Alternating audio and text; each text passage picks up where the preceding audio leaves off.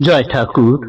শ্রী শ্রী রামকৃষ্ণ পুঁথি দ্বিতীয় খণ্ডের অন্তর্গত যোগ সাধন এই অধ্যায় থেকে আমাদের পাঠ চলছিল।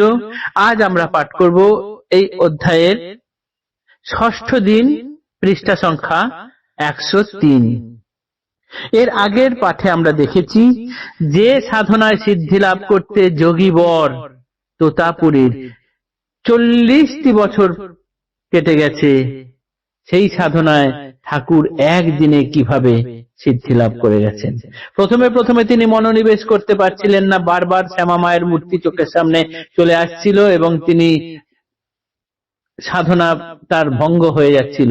এটি বুঝতে পারার পর তোতাপুরী তখন তার চিমটা সহযোগে কপালের মাঝখানে একটি ক্ষতের সৃষ্টি করে দেন এবং ঠাকুরকে সেইখানে মনোনিবেশ করতে বলেন। তারপরেই ঠাকুর একদম সটান তিনি একেবারে নির্বিকল্প সমাধিতে চলে যান। এত তাড়াতাড়ি নির্বিকল্প সমাধিতে যাবেন তোতাপুরী সেটা ভাবতেও পারেননি। তাই তিনি বারবার পরীক্ষা করলেন, করে যখন তিনি দেখলেন যে না, তার ধারণা সঠিক, তখন তিনি দরজা বন্ধ করে সামনে পাহারায় রইলেন টানা 3 দিন। 3 দিন পর তখনও যখন ঠাকুর বেরোচ্ছেন না, দরজা খুলে দেখলেন যেমন অবস্থায় রেখে গিয়েছিলেন ঠাকুর তেমন অবস্থাতেই রয়েছেন। এরপর আরো বেশি সময় থাকলে শরীর চলে যেতে পারে, তাই তিনি যেসব ক্রিয়াকর্ম করলে সমাধি থেকে নেমে আসা যায় সেগুলো করে ঠাকুরকে নিচে নামিয়ে আনলেন। এতটুকু আমরা আগের দিন পাঠ করেছিলাম। আজ আমরা দেখব তারপরে তোতার কি মনোভাব। প্রভুর রকম দেখি তোতা বুদ্ধি হারা, বুঝিয়া না পারে কিছু করিতে কিনারা।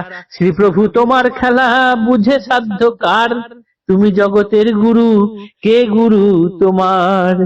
ধরি নানা রূপ করো নরবত রীতি, কার্যেতে প্রকাশ পায় অতুল শক্তি।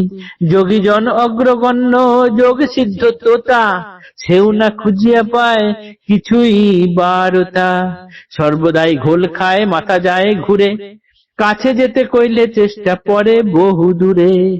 তাই কহে মায়া সত্য, তাই কহে মায়া সব সত্য কিছু নয়, শুনো কি হইল পরে তার পরিচয়।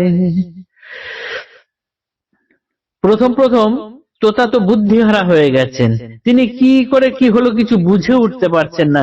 তাই পুথিকার বলছেন যে জগতের গুরু তুমি, কে গুরু তোমার। শ্রীপ্রভু তোমার খেলা বোঝে কার, সাধ্য কার।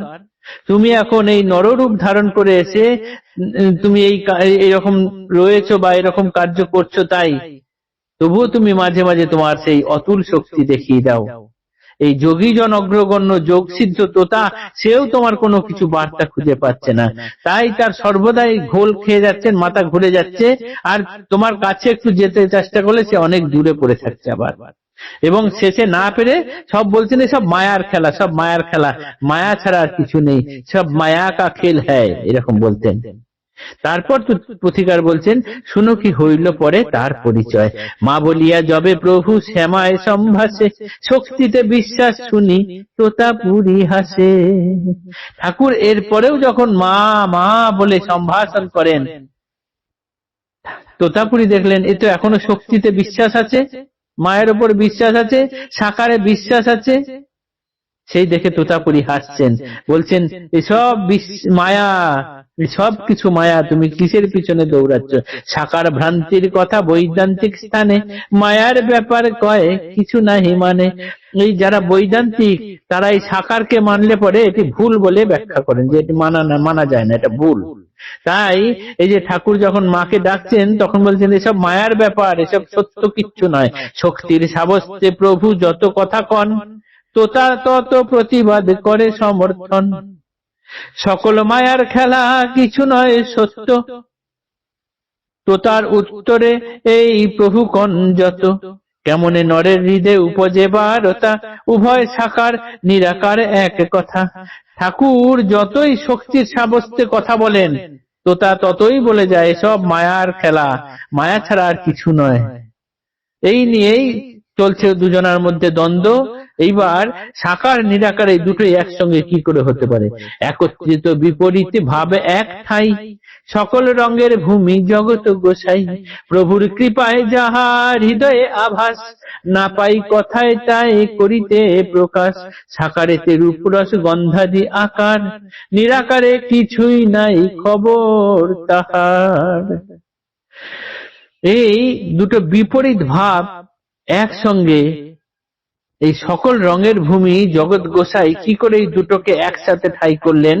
এটা প্রভুর কৃপায় হৃদয়ে যেটা মনে আসছে বা হৃদয়ে যেটা অনুভব করছি, পুথিকার বলছেন সে কথা প্রকাশ করতে পারছি না লেখার মারফতে।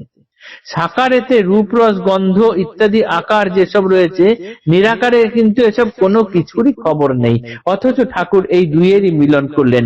কিভাবে মিলন হলো সেটি আমরা আগামীকাল দেখব, ঠাকুর এর কিভাবে ব্যাখ্যা করেছেন। আজকের পাঠ এতটুকুই থাকলো। জয় ঠাকুর, নমস্কার।